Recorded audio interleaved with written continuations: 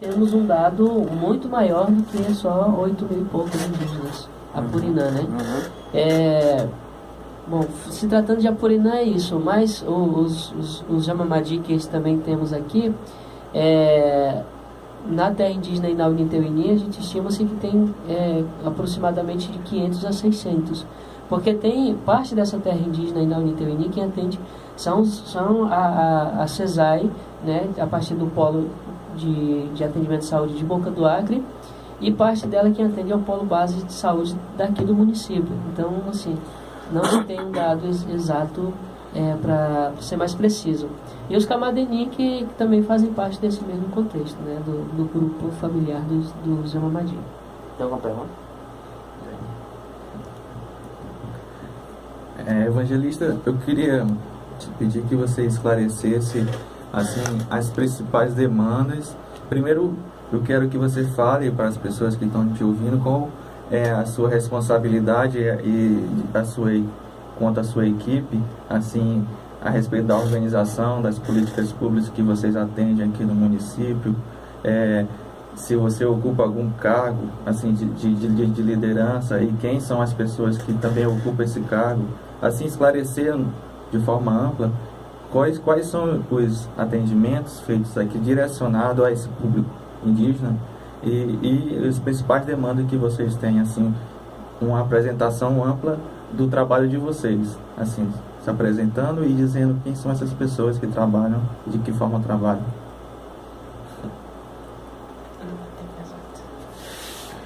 Bom, vou tentar responder em algumas a tua pergunta, né? Na verdade é um mundo, né? Eu trabalho na Fundação Nacional do Índio, na coordenação técnica local da FUNAI, que é a instituição responsável para fazer com que os indígenas acessem as políticas públicas, né? Mas nós temos a organização indígena que ela trabalha tanto esse contexto da criação da política, como ela trabalha também a parte de reivindicar a política já existente para dentro das nossas aldeias. E também fazer com que essa política ela chegue de acordo com a nossa realidade. A partir do pensamento apurinã, do pensamento Jamamadi, do pensamento Camadeni. Não é porque nós somos especiais ou porque nós temos mais direito. Não. É que a política, ela não tem que ser algo imposto, mas tem que ser algo adaptado para a realidade da população indígena, né? Antes, em 1969, quando saiu o SPI, né, que era o Serviço de Proteção ao Índio, e um pouco antes também, se tratando do SPI, que foram órgãos do governo, né, que foram criados para trabalhar a questão indígena, nós tínhamos o SPI e LTN, que era Serviço de Proteção ao Índio e Localização de Trabalhador Nacional, né? Essa era uma instância do governo que muitos entendiam que era para proteger o índio, que era para enfim, né?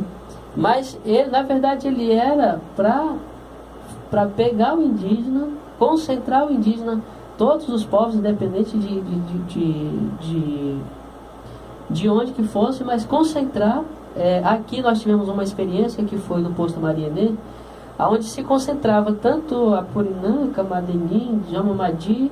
A ideia era concentrar essa população lá e depois educar, entre aspas, né? E colocar ele para ser trabalhador, né? De uma forma que vai contra totalmente a nossa forma de pensar, de se organizar, né? E a nossa forma de fazer política, né? Então, depois saiu o LTN, ficou só a SPI, e quando foi a partir de 1969, acabou a SPI e cria a Fundação Nacional do Índio, que na época do regime militar, então, todos os ocupantes da FUNAI era do serviço militar. E nessa época a FUNAI era responsável para executar todas e qualquer política referente aos povos indígenas, desde a demarcação de terra, a questão social, ambiental, cultural, a questão educação, saúde, tudo referente aos povos indígenas, a FUNAI era quem era responsável. A partir do ano constituinte, que aí a gente, os povos indígenas se organizaram de uma forma maior, né, de uma articulação maior no Brasil, nós chegamos a conquistar o artigo 231 e 232 na Constituição Federal. A partir daí, a FUNAI, a fundação ela começa a se fragmentar. Então, a educação que estava dentro da FUNAI, que a FUNAI era responsável por executar, passou para dentro do Ministério da Educação. E aí a FUNAI se tornou-se acompanhadora dessa política, a execução dela, né? Fazer com que a educação ela seja algo adaptado para os povos indígenas, como uma educação diferenciada. A saúde, do mesmo jeito. Se hoje a gente analisa, nós temos o subsistema de saúde indígena, que é no Polo Básico, né? Que é a CESAI, é quem é responsável por executar essa política. E aí muita gente acha que não, eu sou indígena, eu vou lá no Polo, né? Eu sou... muitos servidores também desinformados. Não, tu é indígena, tu tem o direito de atendimento lá no Polo, né? Só que não separando, é assim. Só que aí o que acontece? Nesse momento, não é que o indígena ele perdeu o direito que ele tem referente à saúde ou à educação, mas porque o subsistema ele é muito menor do que o sistema único, e ele é para o atendimento ser realizado nas aldeias, né? E aí, quando chega no município, aí quem é responsável é o próprio município, que muitas vezes devolve o paciente para o subsistema para que seja atendido na média complexidade, onde aqui seria em Rio Branco, né? Após o município mais próximo, né? Capital do Acre, que é onde nós temos uma CASAI lá que realiza esses atendimentos. Então,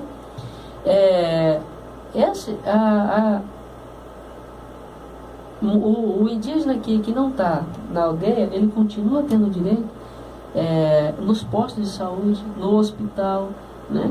Então, assim, ele abrange e aí entra no sistema único como qualquer um cidadão brasileiro, né? A partir então, a FUNAI ela começa a se fragmentar.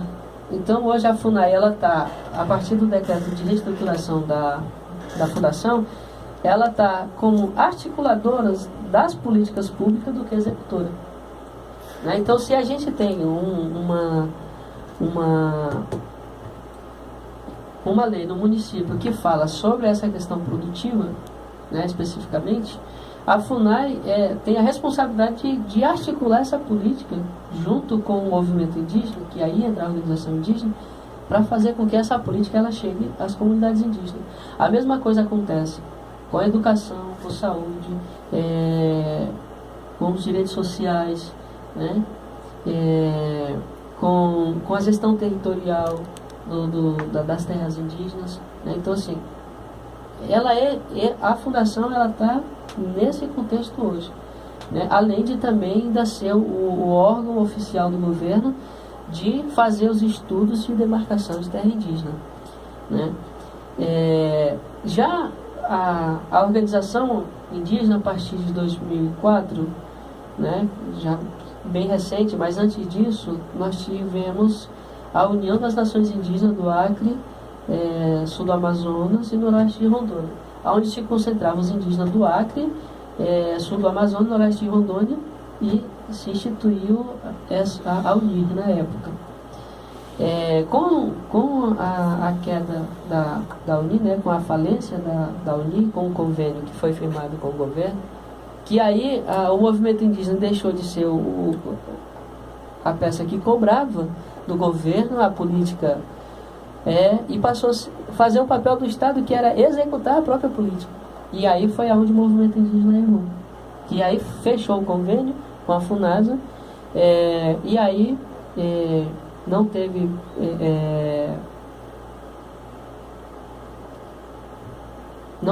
as prestações de contas de fato aprovadas, né? Então, aí saiu uma série de fatores que fez com que a Uni viesse a ser extinta. E com isso, em 2004, nós criamos aqui, a Uni, na época chamava UCIAC. A partir de então, de 2008, ela passou alterou o estatuto e passou a ser a UPIAGE, que hoje ela é essa promotora também de fazer com que a política pública ela chegue aos povos indígenas. Então, assim, hoje tem eu, somente eu de servidor da FUNAI aqui, temos o Wallace e o Francisco Marcelino, que compõem a cabeça da organização indígena, o João Batista, que é do setor financeiro, e o Sebastião Bessa, que compõe a secretaria, né? Dentro da organização nós temos três gerências que ajudam com que a organização, ela, com um corpo pequeno de 4 pessoas, ela pegue mais pessoas para dentro dela, para trabalhar com os povos indígenas. Aí nós temos a GEMAI, que é a Gerência de Mulheres e Articulação Institucional, que é com as mulheres indígenas, que não tem ninguém lotado ainda. Nós temos a GEPAI, que é a Gerência de Projeto e Articulação Institucional, que também não tem ocupante. E nós temos a GEIP, que é a Gerência de Estudantes Indígenas de Pauini, que temos o Marcos Eurico no comando dessa gerência. Então, é essa a estrutura que nós temos, né? Aí além de poder contar também com todos os caciques que nós temos, também contar com os parceiros que a gente faz ao longo da nossa articulação que a gente tem. Não sei se consegui responder. Sintetizou bacana. Mas eu gostaria que você destacasse qual as maiores demandas que o Mário já tinha feito, né? Destacar quais são as maiores demandas que a FUNAI e o Polo atende e em que situação o indígena deve procurar essas instituições. Bom, a nossa maior demanda, ela é mais para acesso aos benefícios sociais, que aí inclui a questão social como um todo, né? Dentro do início, que é a documentação, a partir do registro civil, até o atendimento de saúde, educação, né? Tudo, né? Mas a nossa maior dificuldade hoje é fazer a gestão dos territórios indígenas hoje. Porque foi pensado ter um território demarcado. A partir de ter um território demarcado, a gente não imaginava que precisava de outro instrumento, né? E ao longo das discussões com o movimento indígena, a gente percebeu que não, a gente não quer só o território. Porque nós reivindicávamos o território que era para a gente não sobreviver nele, mas viver de fato nele, né? Então, e viver nele é você não ser escravo do relógio, né? Mas você ter espaço para você trabalhar, para você pescar, para você ter o tempo com os seus filhos, né? Ter o tempo de fazer as suas festas, de fazer a forma tradicional do povo indígena lidar com o mundo, né? De ver. Então, nessas discussões nasceu a intenção de fazer a gestão dos territórios, né? Nós temos lagos, nós temos castanha, nós trabalhamos a farinha também, né? Então, assim, mas como que a política vai trabalhar isso? Como que o governo, na verdade, vai trabalhar isso dentro de uma terra indígena, né? Então, nós começamos a discutir, e isso nasceu no Centro de Informações Indígenas, aqui no estado do Amazonas. Nós temos o CAF, em Rondônia tem a Canindé, com outro centro de treinamento, o CI em Roraima também tem um outro centro de treinamento. Então, assim, saiu a necessidade de discutir a gestão dos territórios, e ninguém sabia que nome que seria, só sabia que teria que ter um recurso também que disponibilizasse a gestão dos territórios. E aí começar a se discutir a Política Nacional de Gestão Territorial e Ambiental em Terra Indígena. Em 2012, em 2010, nós fomos para a consulta que aconteceu em Manaus. E hoje nós temos, em 2012, saiu o decreto da Política Nacional de Gestão Territorial. Então, somente a partir de 2012 que a gente tem um instrumento legal que diga que a gente pode trabalhar a gestão do nosso território. Porque até então a gente não tinha. E hoje a gente tem. Que é diferente de uma unidade de conservação que já tem a sua forma, né? E de como o governo vai injetar recurso para trabalhar dentro de uma unidade de conservação. E para nós é o contrário. Ela só nasceu a partir de 2012. Lá no início você falou sobre as pessoas que selecionavam, na verdade, índio com branco, fazendo com que eles sejam atendidos apenas nos locais dele, né? Existe um outro conflito também dos próprios indígenas, dos que moram aqui na cidade e dos que moram ainda na aldeia. Os que moram na aldeia dizem que os que vivem aqui não devem ser atendidos pelo polo, né? E vice-versa. Dá para tu esclarecer essa questão aí, em que começou e se realmente isso existe, tá? Isso aí está entre uma das perguntas. E eu esqueci até de falar que se alguém que está ouvindo quiser fazer pergunta para o evangelista, que mandem mensagens de texto para o número 991 57 34 38. Pra mim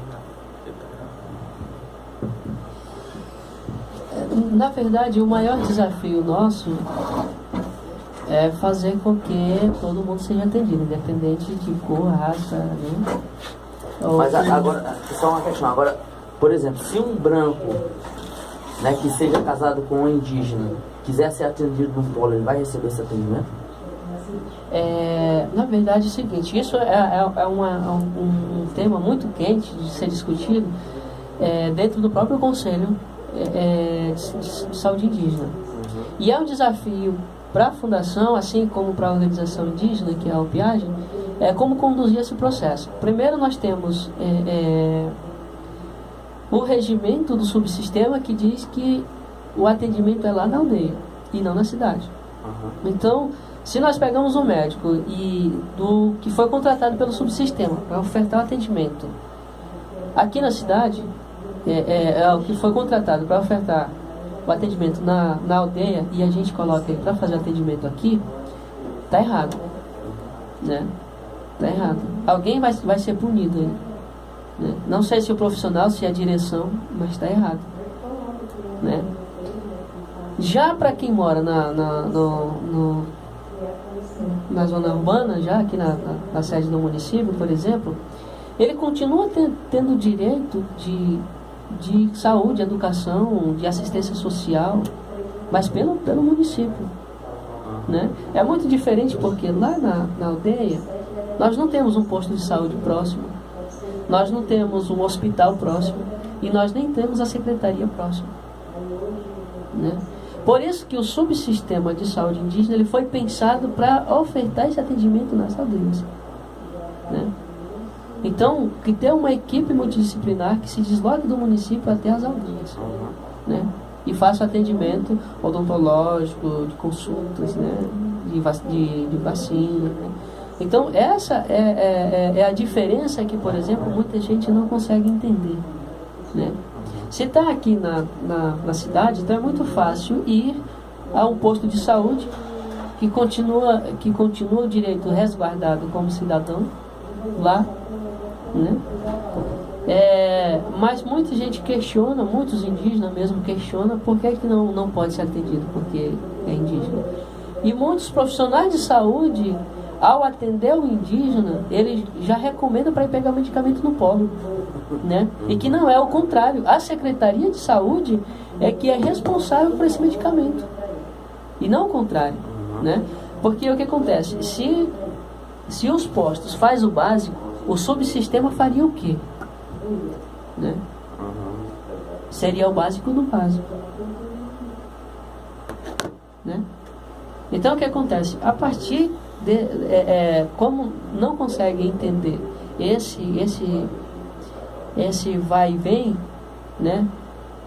Acha que o indígena, só porque tem um subsistema, os indígenas têm que ser todos atendidos por lá. Não. O indígena, ele é atendido lá na aldeia, mas o indígena que mora na cidade, ele continua sendo indígena, porém o direito dele é diferente. Ele está em outro lugar diferente, que é na Secretaria de Saúde, que está nos postos de saúde, que está no hospital. Né? Então, assim, não é que ele acabou perdendo direito, não. O direito dele passa a ser diferenciado a partir desse pensamento e do que se estabelece o próprio sistema de saúde indígena, o subsistema. E quando o indígena é casado com o não indígena e eles moram lá na aldeia, né, ele passa a receber esse atendimento do subsistema como o indígena que está lá. Mas isso lá na aldeia. Quando ele casa e tira o indígena de dentro da aldeia e vem para o município, ele continua com o direito à saúde, com o direito à educação, promoção social e tudo mais, só que em lugares diferentes. No caso, o indígena. No caso, o indígena. É. E a pessoa que casa com ele. Porque aí a gente passa a estabelecer um regimento comum para todos. Né? Se o indígena ele continua com o direito à saúde, você, quanto cidadão, também continua. Mas eu digo, com atendimento especializado no polo, não. Não, no polo não. Porque, tá, até porque o atendimento do polo ele não é especializado. Certo. Ele é básico. Basta. Certo. Sabe? É isso. Tá. Tem uma outra pergunta aqui de um ouvinte que é falando, eu acredito que é para você comentar sobre a Convenção 169, que garante um amparo aos indígenas que buscam por emprego, formação profissional e atendimento à saúde. Não entendi. É comentar sobre a Convenção 169, que garante um amparo aos indígenas que buscam por emprego, formação profissional e atendimento à saúde. Na verdade, a convenção ela não garante emprego, né? Não garante a formação. A convenção ela é um ato que estabelece a consulta, né? Ela garante você garante que o Estado tenha o dever de consultar o indígena sobre determinados assuntos. Por exemplo, nós vamos falar de empreendimento, né? Então ali a convenção garante que o Estado vá lá e consulte se os indígenas têm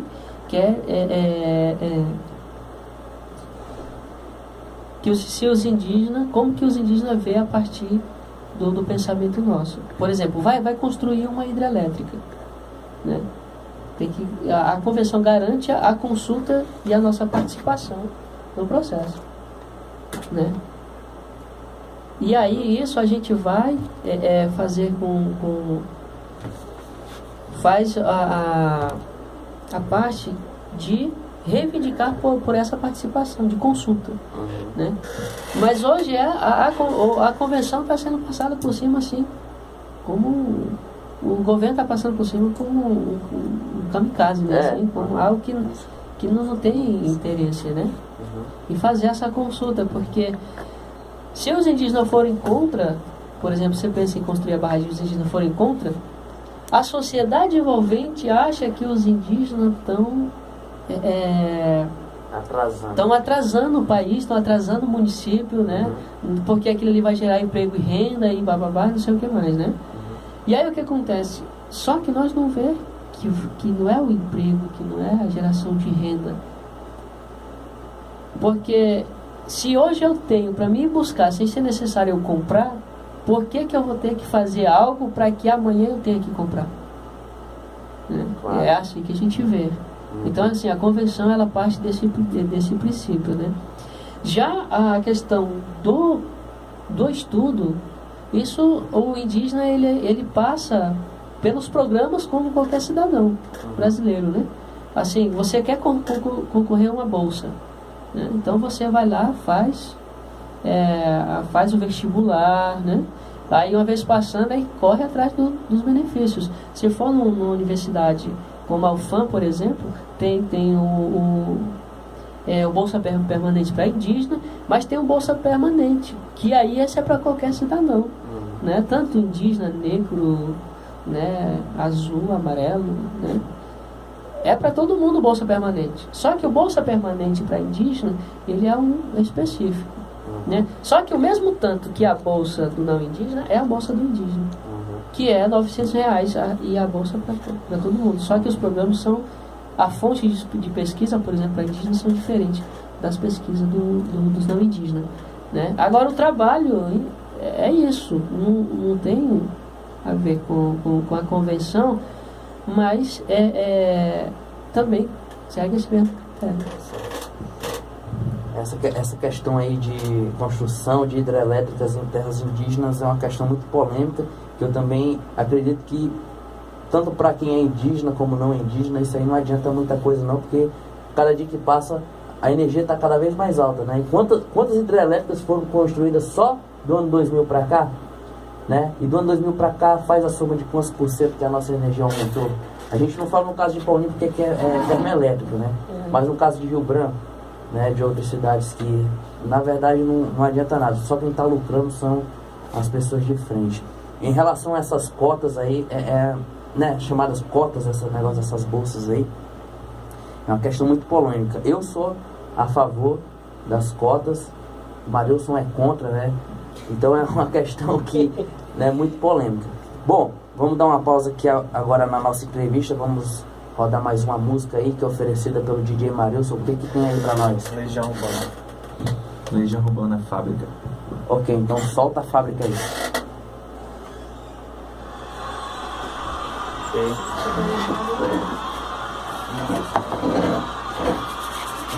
Eu vou falar com ele agora.